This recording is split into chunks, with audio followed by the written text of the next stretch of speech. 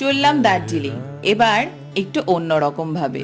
আমি, দাদা, বৌদি আর আমার ছোট্ট ভাইপো, আমরা চারজনে মিলে গিয়েছিলাম। তো আমাদের ট্রেন ছিল শিয়ালদা থেকে পদাতিক। 11টা 20-তে ছেড়েছে এবং ঠিক অন টাইম 9টা 15-তে এনজিপি পৌঁছে গিয়েছিলাম। আর একদম নতুন একটা এক্সপিরিয়েন্স হয়েছে বলা যেতে পারে। প্রথমবার এরকম একা একা ঘুরতে যাওয়ার আনন্দটা কিন্তু অন্যরকমই। আর আমাদের যেহেতু এনজিপি থেকে দার্জিলিং এ যাওয়ার যে গাড়িটা, সেটা আমরা বাড়ি থেকে বুক করে গিয়েছিলাম, তাই জন্য কোনো রকম প্রবলেম হয়নি। গাড়িওয়ালা দাদা একদম অন টাইম ছিল। আর আমরা এনজিপি তে নেমে ওনার সাথে কানেক্ট করেই কিন্তু বেরিয়ে যেতে পেরেছিলাম। এনজিপি থেকে দার্জিলিং এ যেতে আমাদের সময় লেগেছিল প্রায় 3 ঘন্টা, তার কারণ আমরা যেহেতু নিজেরা গাড়ি বুক করে গিয়েছিলাম, তো আমরা স্টপেজ দিতে দিতে গিয়েছিলাম।